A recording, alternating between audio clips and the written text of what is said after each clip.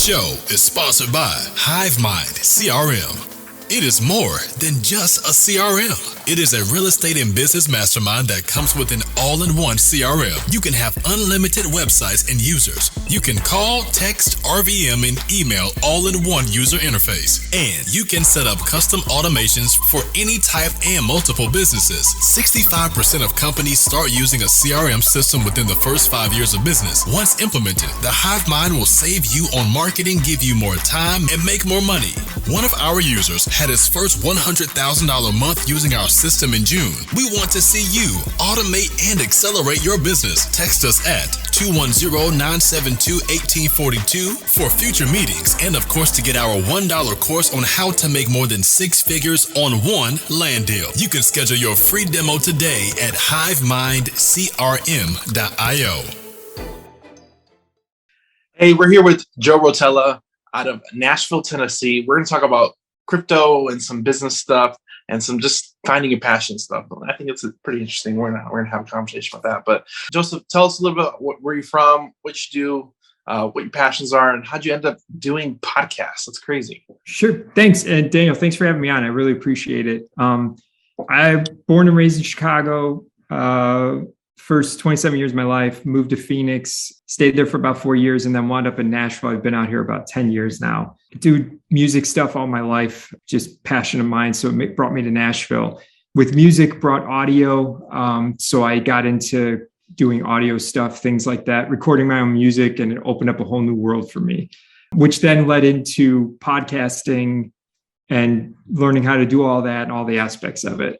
And in came crypto. Back in like 2016, 2017, heard this thing about Bitcoin, back when the financial crisis happened in 2009, but I don't know what it was. So I waited a few years, 2016 hit, I was going through a divorce. And I was starting to branch out a little bit with my thinking process and triggered into crypto again. And so Bitcoin was at $900 and I was like, whatever, I'm just going to throw some money at it. What's the worst they can do? And I learned a little bit about it because I got the Electrum wallet, which is a hot storage that you keep on your desktop. So, which we could get into a little bit of it for beginners, but I kept it in this Electrum wallet on my desktop, had it there for a year, and met a good friend of mine now. He's one of my best friends, and he was really into crypto and started dialoguing back and forth about it. And it just opened up and triggered my mind to being like, what is this thing? And it made me have to take a different perspective of what's the big deal about this crypto thing.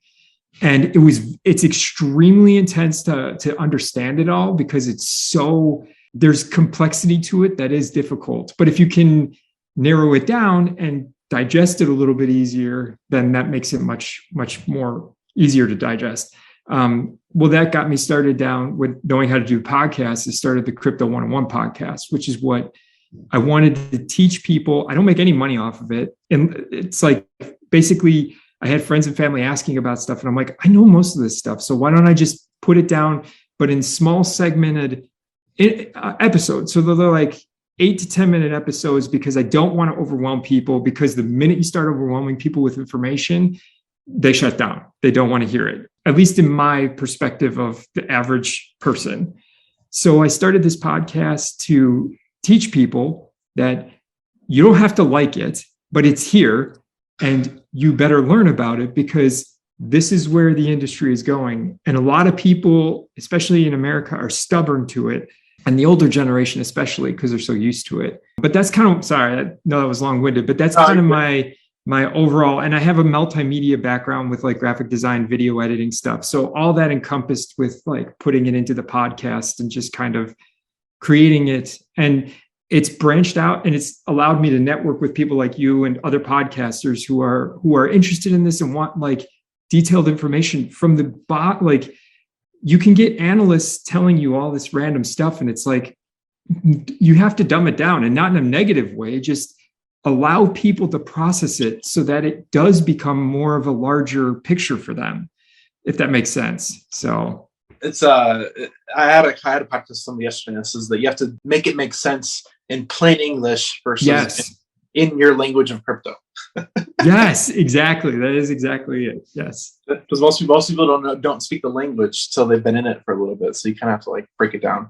So Exactly. let's talk about crypto, why people see value in it between fiat and cryptocurrency. Like what's the difference? Sure. So fiat currency, like your regular dollar bills, are centralized. They're centralized with the Federal Reserve and the Treasury if you're in the United States. So that's a central government entity that says we are the ones that are going to distribute and monitor and keep all financial whatever it is. And for those that don't know, the Federal Reserve is a private bank. We don't know who actually technically owns the Federal Reserve. There's, people that are in control of it that we don't know. So Satoshi Nakamoto, who is the Bitcoin creator, we don't know if that's a person or a group of people because they've been anonymous since the beginning.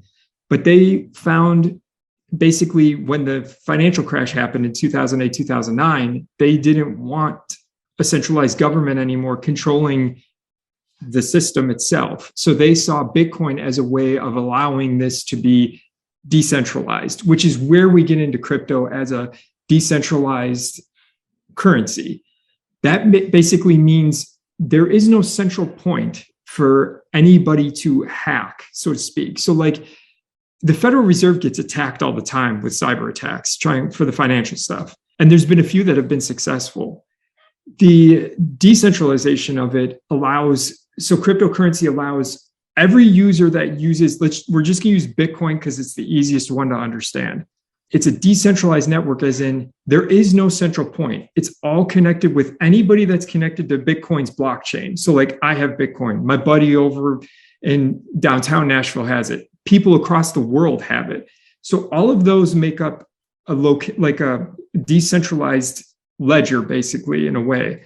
And we all hold a key that is pretty much unhackable. You have to hack 51% of the network instead of just one entity. They would have to hack 51% of the users that are using Bitcoin. And the more users that pile in, that's the more nodes that are overall encrypting the blockchain from being hacked. So it's power numbers. Power in numbers, exactly. And there is no entity that is in control of it. So basically, they can change it's called the white paper. The white paper is basically any diagram, a description of what the cryptocurrency is like what it stands for, basically. Like every coin has that, and Bitcoin started that. And in that white paper, they'll tell you specifically what it entails. And that includes with blockchain that has protocols. Now, protocols have to go on what we call consensus with the network. Consensus means all those nodes or all those users have to agree and come to a consensus that something can be like done or a transaction is viable, or they have to verify information for it to go through. And that's kind of the underlying thing with crypto is it's a decentralized network. It makes everybody have to work together in it. There's no central entity that can say, we're going to fund this thing, but we're not going to fund this thing, because that's not how it works. It's not it doesn't allow that, which makes it really cool. Sorry, I didn't mean to, but that's what makes it really cool. So the checks and balances of it is that make sure nothing can be manipulated. Because I think it's one of the biggest things about the Fed is like, everybody, there's the head of the Fed manipulates the currency for the interest rates and all this stuff, and everything goes into it. Nobody can manipulate the crypto space. Yes. It's not its own separate thing. If somebody wanted to buy crypto, what is like the least passive resistance? Because I delved a little bit into crypto like a year or two, probably 2 years ago. And I was doing it and I'm like, it was taking too much of my time. So I kind of backed off a little bit. Sure. But what's the easiest path of resistance if somebody wanted to buy Bitcoin? Sure. So initially you do have to have like a wallet. It's a digital wallet, which basically means it allows you to store crypto on there's hot storage and cold storage. Hot storage means it's connected to the internet. So it's either on your desktop or it's a USB stick that stays connected to your computer. Cold storage I have cold storage. All my friends that are in crypto have cold storage. It basically means you stick it in, you download the crypto and then you pull it off and you keep it in like a safe or something so that it can't be removed or anything like that. Reason I'm saying that is how you get it is you have to have a wallet. And then, so like you use a coin exchange.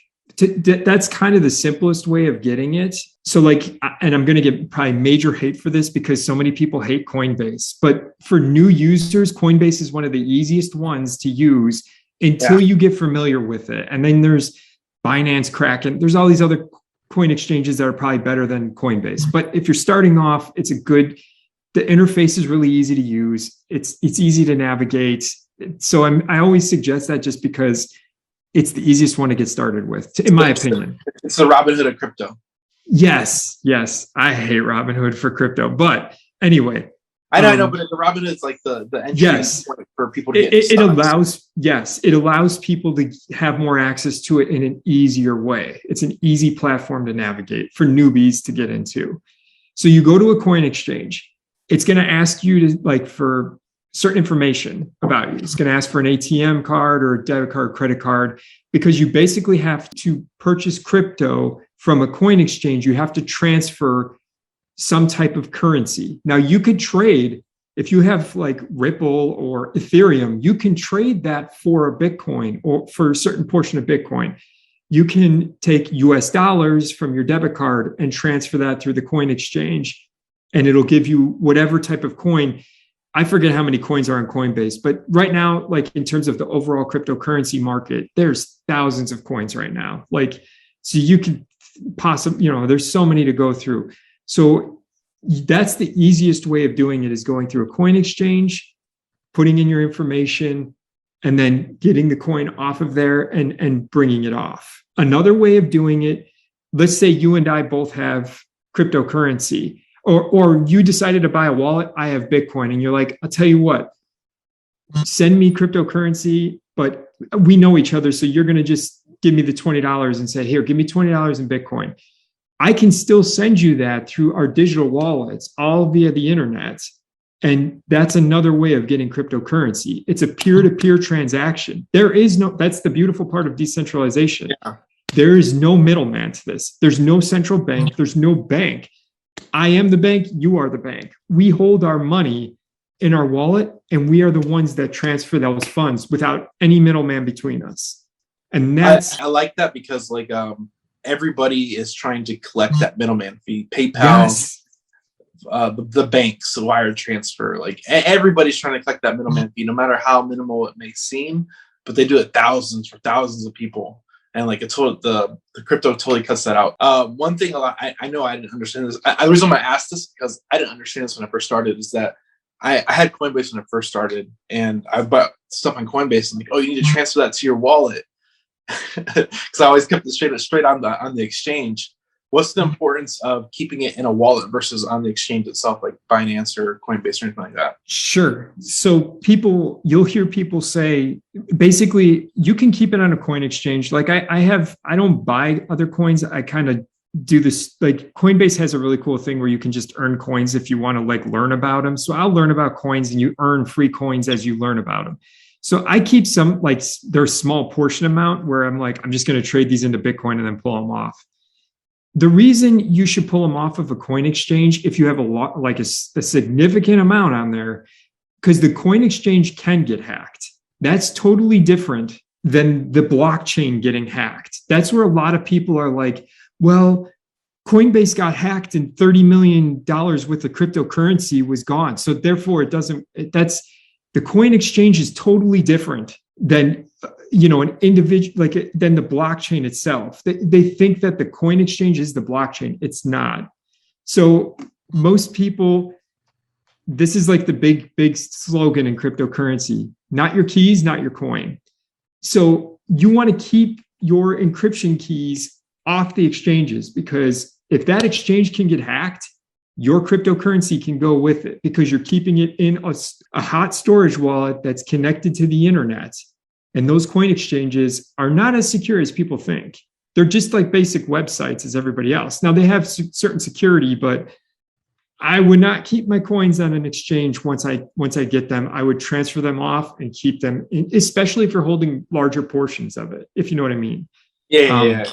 You want But to put it's it in a safe versus keep it in your wallet. yes, exactly. And you can still, and those cold wallets, like my wallet, I can take it to a store, like, and still use it for like transferring funds and stuff like that. So it's not like it doesn't, like, you can still use that wallet to act like to trade cryptocurrency and stuff like that. So yeah, the exchange is just changing fiat or other currencies to whatever currency you want. Essentially, literally exchange. Whereas your wallet is, you can still do peer to peer, but it's just like your wallet on your person. You can still buy and still trade virtually. This is the beginning, and I think we talked about it earlier, is that it's important to learn about this stuff right now because this is the future. This is the future of everything. So let's talk about like I said, I'm not into it, but I pay attention because, like I said, it's my job to pay attention. I don't want to get left behind, you know? Yeah, absolutely. So let's talk about the Fed starting their own cryptocurrency. What does that mean in the crypto space? It's just another way to manipulate it in their own way, or? So the Fed makes me laugh about this. I did one of my most recent podcasts was about this because I got some questions about it. So there's a difference between digital coins and cryptocurrency. So like China's already made a digital coin, but it's centralized. It's based around the central bank of China, which the United States, the government saying they're going to create a cryptocurrency, they can't because cryptocurrency is decentralized. So the Federal Reserve coming out and saying, we're doing a digital coin and we're going to get on this train. Okay, but the Federal Reserve is centralized still. So they can still pass that money to however they want to and distribute it. It's not, there's still a central location. Does this making sense about this? Like, yeah. So this is where people get hung up on that. Like the Fed is coming in, they're basically doing like a digital coin where it's not centralized or it's not decentralized though. So the scare tactic of it is that they'll be able to distribute all the funds that they want into into your account or whatever. So it's kind of creating like, there is no barrier. They can monitor everything you're doing. There's a lot of scariness about it because it's not decentralized. So when the Fed says they're coming out with a digital coin, it's not what we think of as cryptocurrency. It's the older generation trying to see if they can grasp this, but they're still not understanding it because they still are focused on there needs to be a central entity to monitor all this. Is this making sense about the digital? Yeah. I mean, it's like the IRS. The IRS puts their finger in everything because they can, and they have the ability to. And that's all it is basically they want to have, I need to say this too.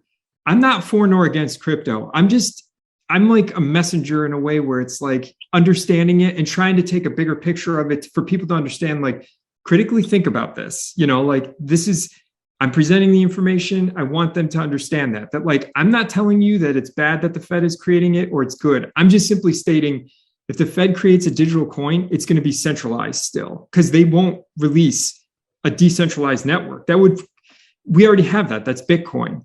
So they want control over it still. So the Fed releasing a coin, it's still years away because they're still figuring out how to do all this stuff. Even like Janet Yellen still doesn't even really understand how crypto works. You hear all the congressmen and senators talk about just with the Russia stuff, like they don't understand how cryptocurrencies function. So we're still a few years away from them actually creating it. They're just honestly talking about it right now where it's like they're trying to figure out how would they do this on a massive scale. So it's not really decentralized. If you like, because it's the Federal Reserve is still going to be the central point to releasing all the money. If you get what I'm saying, like. So, but couldn't they pump it as far as like pump their numbers up and just fund it? Still, that's what they do currently, isn't it? Whenever they want with the current dollar, yeah. It's the same thing. It's just a digital dollar. Like there's a difference between stable coins. So stable coins like Tether is connected to the US dollar, as in it's pegged ratio wise. Like, so if the dollar goes up in value, Tether is a cryptocurrency that will go up the same amount, vice versa. If it goes down, Tether's and Tether's just a cryptocurrency. It's a digital token. But that's different than what the Fed is talking about doing. Because Tether is still decentralized. There are Neanderthals trying to come into this, trying to figure it out. Yes, and I'm not picking on any generation. That makes more sense, because I'm like, if Tether's the, I'm like, okay. And there's already, just so you know, like I just out of for fun, like I traded for $1 of the US digital coin. There's a USDC. You can get them on Coinbase. It's not technically a digital dollar. Like but it's a US digital coin. And it's like, this is dumb. This is just the same thing as going to the grocery store and swiping your debit card. Like this is where it gets really complex, because people think it's digital, that it like functions like cryptocurrency, and it's not. So I mean, the dollar you have in your bank account is fake, because as soon as you put it in, they take it out and fractional lend it through the bank. So do you really have dollars in there? It's all, and that's a good point. So Bitcoin, blockchain. This is why I love blockchain. Blockchain to me is the best thing about cryptocurrency. It's like the actual bread and butter of everything. Yeah. So blockchain allows a digital ledger for Bitcoin, because and I'm using Bitcoin just as an example, but Bitcoin is one of those coins. There's only going to be 21 million ever mined out, basically being like, there's massive, like big, powerful computers that mine these coins. So like Bitcoin, they solve these complex algorithms, and as a prize, they release the cryptocurrency, which we'll use Bitcoin as an example. So they use these big algorithms and they mine out a coin. There's only ever going to be 21 million of those, and they always get like halved after 4 years. It's like there's like they get halved. They call it a halving event.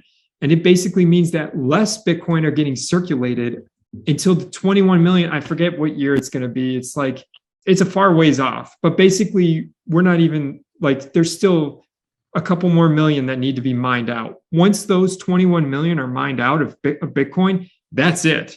So that drives up the price, where, like you just said, with the dollar, the Federal Reserve, they can just issue out as much as they want. There's no digital ledger like the blockchain does for Bitcoin. Like, that's what keeps it like kosher with everybody, because you can't manipulate or overspend or double spend. That's the biggest thing about Bitcoin, is you can't double spend it, which we all know with the dollar, like you said, like they can just spread it and fund it, and then they can take it out. And that's kind of the scare part of the Federal Reserve creating a digital token or digital coin, is they can grab it whenever they want to. They can distribute it out however they want to. But that also causes inflation, deflation, all this stuff that causes trouble with the economy. I'm not trying to go into economics, but it's just trying to explain it in a way that's... They're putting a Band-Aid on an issue they can't fix. Yes, exactly. Yeah, because they're centralized as an entity itself. So anything that is centralized is all going to be subject to inflation. Yep. The show is sponsored by The List Guys. Do you need more leads in your local or virtual market? 1 in 10 small businesses don't invest in any kind of marketing. The List Guys have over 35 plus list types to choose from, and you can mix and match any list or criteria. We also use the skip trace list and provide up to 7 numbers and email addresses. Every list you purchase will be scrubbed against previous purchases. The List Guys are here to save you time. Contact the List Guys today at www.onelistguys.com. That's www.1listguys.com. Bingo. And it's still fiat, whether we like it or not. It's fiat currency is government-backed fund money. Like, that's what fiat currency is. It's not on the gold reserve. The gold reserve was removed in the 70s from Nixon, and there's just a bunch with that Federal Reserve coin. That's all. It's like, it's not decentralized. So for me, it's like, it's not even really a threat. It's kind of like a threat to people who don't really, to the older generation that still think the younger generation is going to buy into it. And that's, having a kid, I already know, I can see it with my daughter. Like, they're going that way of digital. It's going to be that way, so. I kind of want to talk about economics because I watched a video about this recently with Russia, with Russia's ruble dropping down so much. The Russian bank, they had billions and billions of dollars and euros and all this other money to exchange for rubles to keep it balanced as far as not letting inflation take effect. And I'm like, I never understood that part of economics. So I watched that video because like once their assets got froze by Switzerland, they couldn't even use that money to balance out their ruble. And that's why it tanked down to nothing.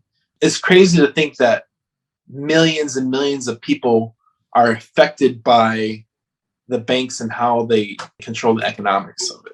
Yeah. Well, and to piggyback off that, like this kind of made me not mad, but like just you're exactly right. When that tanked, they were saying how Russia was buying into all these cryptocurrencies. So a lot of congressmen were like, we need to put the kibosh on crypto. We need to put all these restrictions on it. Well, the joke, like, again, they don't understand is you can try restricting crypto, but it's not going to work. Like, that's the point of it. You can't restrict it. Like, so they were trying to restrict it while Ukraine is using it to get like donation funding. So there's good positives coming out of it. But they were basically saying like Russia was going to invest all their money into cryptocurrency. Russia's going to put their money into the Chinese dollar, their digital coin, if they're going to do anything. Yeah, that's where they're going to go with their money because it's a centralized bank. They're not going to go into cryptocurrency because it's so volatile. Like it's just extremely volatile. Why would they could lose their tails off with investing in anything if they weren't smart with it. I mean, once they put it in crypto, it's now in the world's hands. Yes, that's exactly it. And why would they like world leaders? We're in America. We know our world leaders on both sides are like not the brightest bulbs in the bunch. So like there's a lot of chaos that would happen. You're exactly right. That's why they would have put it into Chinese because the Chinese have a digital centralized coin. But it's not decentralized, it's centralized. And that's exactly what the United States coin would be like. So when the United States said, we're going to go, the congressmen and senators who don't understand it, we're like, we need to restrict this on, these platforms and stuff like that. It's like, you can't do that because that's not possible. Like, but then the Ukrainians were using it to get donations, which is like, that's a positive out of it, that they were able to transfer funds securely, easily, and no middleman, quickly, and that's what the Federal Reserve doesn't like because it eliminates the middleman. What I like about this is that we kind of like switched different ages and like the industrial age was everything was mechanical and the assembly line and all this stuff. And it kind of went to the digital age, but now I heard it many times, it's the creator economy. It puts all of it back on us as creators versus into the distributors that like Google and Facebook and all this stuff, which is like the early 2000s that they had control over all that stuff because they were well funded. Where now crypto kind of takes it back into the community's hands, the people, to kind of create their own possibilities. That's just really quickly too, to piggyback. Like I use this because as a musician, Ticketmaster is one of the worst entities in the world to me. And blockchain, like I still wish people like Elon Musk or Jeff Bezos, and I don't like either of them just because of my own preferences, but if a guy with a lot of money would actually see the benefit of this and say like, this could completely overhaul the industry. You're talking venues could direct distribute tickets to concert goers, or not even artists could directly put tickets in people's hands. It would completely eliminate the fraud behind it because it's blockchain and it's encrypted and those tickets can't be duplicated. It would eliminate ticketing fees. Like there's so many things that would benefit from people understanding the overall concept of cryptocurrency, but like blockchain itself that's why I get passionate about it because it's not a utopia, but it's a step in the right direction of exactly that, eliminating the middleman pricing fees of stuff that doesn't need to be there. And I think that's exactly, so Ticketmaster is my example of that, where it would eliminate Ticketmaster. And I think that's the beauty of it. Sorry, I didn't mean to go off on a tangent. No. I have my own one that I always make fun of. I always tweet this out a lot. Is that I tweet it like every once in a while. Every time somebody talks about PayPal, I'm like, defund PayPal. Yeah. Yeah, always like, because like PayPal is the worst. Like I hear so many horror stories of PayPal holding your money and doing all this stuff, and I'm like, cryptocurrency is gonna fix that. PayPal's gonna feel it. I absolutely agree with you. Absolutely. They're not gonna like it, but it's gonna be for the better. Like you got to adapt and change, and things are changing quickly. So you better hold on PayPal because. Well, and I don't like being generational about it, but to me, in my opinion, that's the older generation refusing to let go or allowing progress to be made where it needs to be made. And the financial industry itself is so rigged. There's just so many problems with it. And this allows us to step in the right direction of giving that freedom to people. It's also like accountability. Like, yeah, I think that's the biggest takeaway for me is like people are so afraid to be held accountable, but that should say something about society as itself. And not to get deep with it, but that's where cryptocurrency really, for me, thrives with it, because it's like you have to be accountable for your money, and you should be. Like, that's the benefit of this is, again, critically thinking, like you should be accountable for your money. If you can't be, then, and then maybe that scares people, but it's like, it shouldn't. It should wake you up a little bit. Yeah. You can't always trust the government, because just like I really feel bad for Russians in this, because they're really feeling the blunt effects of their leaders' decisions in the real world, and dealing with the effects of it, where they lost 30-40% of their savings overnight. That's just gone. Well, and that goes, again, you're exactly right. And when they're trying to put restrictions on the crypto, you're not hurting the Russian government. You're hurting the people of Russia who could transfer the funds into a cryptocurrency like Bitcoin, something that's more stable. And not that it's not volatile, but it's like you're hurting the people rather than the government itself. You're exactly right. It's crazy to me, but I didn't mean to go off on a tangent either. I'm really sorry about that. No. I don't know. It's a thing that's going on right now with the Russian-Ukraine stuff, and you seeing the ruble drop down to nothing. Yeah, it kind of really shows what could happen, and things that you may not even think about that you need to be prepared for. And it's taking control of the money, like you said. That's huge. Taking control of your own responsibility, your own assets, and making sure that you understand what's all entailed. And I think it's the whole point to have this conversation, that people understand the basics. Yeah. Well, and that's the reason I started the podcast, was like, I'm a huge fan of Mr. Rogers. And that to me was like, how can I at least, because you said it earlier in the podcast, you're like, we are in the beginning of this. This isn't even, and this is not going away. This is the beginning of this new financial market, this new financial industry. And it's, people have to understand, you can be stubborn and not learn about it, but you have the opportunity right now to learn and figure it out. And because later on, it's just going to get more and more complex. At least have a good understanding or base of it, a basic foundation of it. You don't have to invest in it, but understand what it is.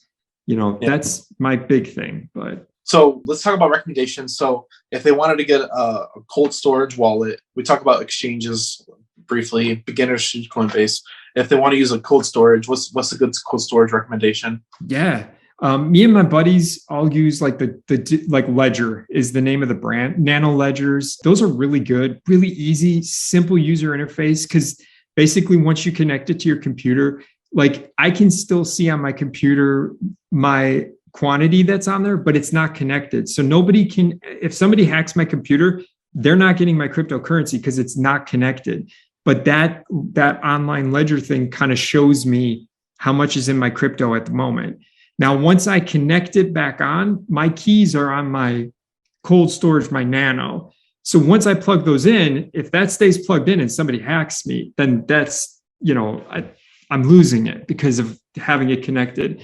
But the Nano Ledgers, their interfaces are awesome. And their software that they do for the computers, super straightforward, really easy. And I say that as I'm an idiot, like I'm pretty dumb.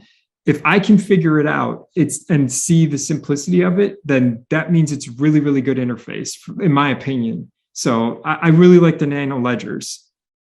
One thing I struggled with personally was they give you that QR code for your wallet. Yeah. And I'm yes. I think I lost mine. So I don't know how much money I have on it, but I lost it.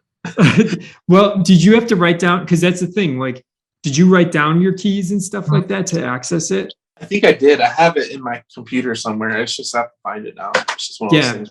And keep it with your important documents. That's what I do. Yes. Mine's in a safe. Yeah. Mine's in a fireproof safe. And I look at it as it could go to zero. Like my cryptocurrency could go to zero. That's the other thing that newbies need to understand. The best advice any investor can give you, I'm not a guru. I'm not saying only put in what you're willing to lose. I cannot stress that enough. Do not put in your life savings into anything. Like that's why diversifying is so critical with all this stuff, and I don't ever give financial advice out, but the one thing I will say is do not put all your eggs into that, because it can go to crap and so to newbies, do a little bit at a time till you feel comfortable and then only what you're willing to lose. Because that's, I think, what people need to hear. Yeah, that's interesting. So where can people find you online? What's your podcast called? What platforms are it on? What's your social media, all that good stuff? Sure. It's Crypto 101 Show. It's on all major streaming platforms, Spotify, Apple Podcasts, Stitcher, Radio Public or whatever. Any Amazon podcast one, Pandora's, it's on there. I'm on Instagram, Facebook. I have to look up what my handles are because I think it's just Crypto 101 Show is most of the handles and stuff like that. If you go to the podcast and you find the episodes, the social links are all in there. I'm on Twitter. I don't really do a ton of interaction except for posting of new episodes and stuff like that, just because I don't like to especially with I'm an opinionated person, but when it comes to the crypto stuff, I really do my best to not persuade people either way. And that's even if you go and listen to the Federal Reserve one, I don't try to bash the Federal Reserve. It's more like, this is what this is what this is. These are the two sides of the spectrum. Here's the presentation. You decide what you think is good or bad about it. If people find the episodes or whatever, they'll go on there and they can find me on social media. I don't usually post a ton just because it's usually just general, hey, this new episode's out, so go ahead and check it out. I think they get bombarded with too many opinions as it is anyway. So, everybody has an opinion, but I like that you're unbiased. You try and be, at least. I try to. Yeah. Oh, I appreciate that, man.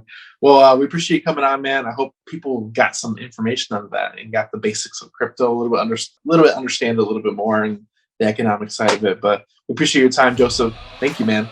Oh, Daniel, thanks for having me, man. I really appreciate it. I'd love to do this again with you. All right. Sounds good, man.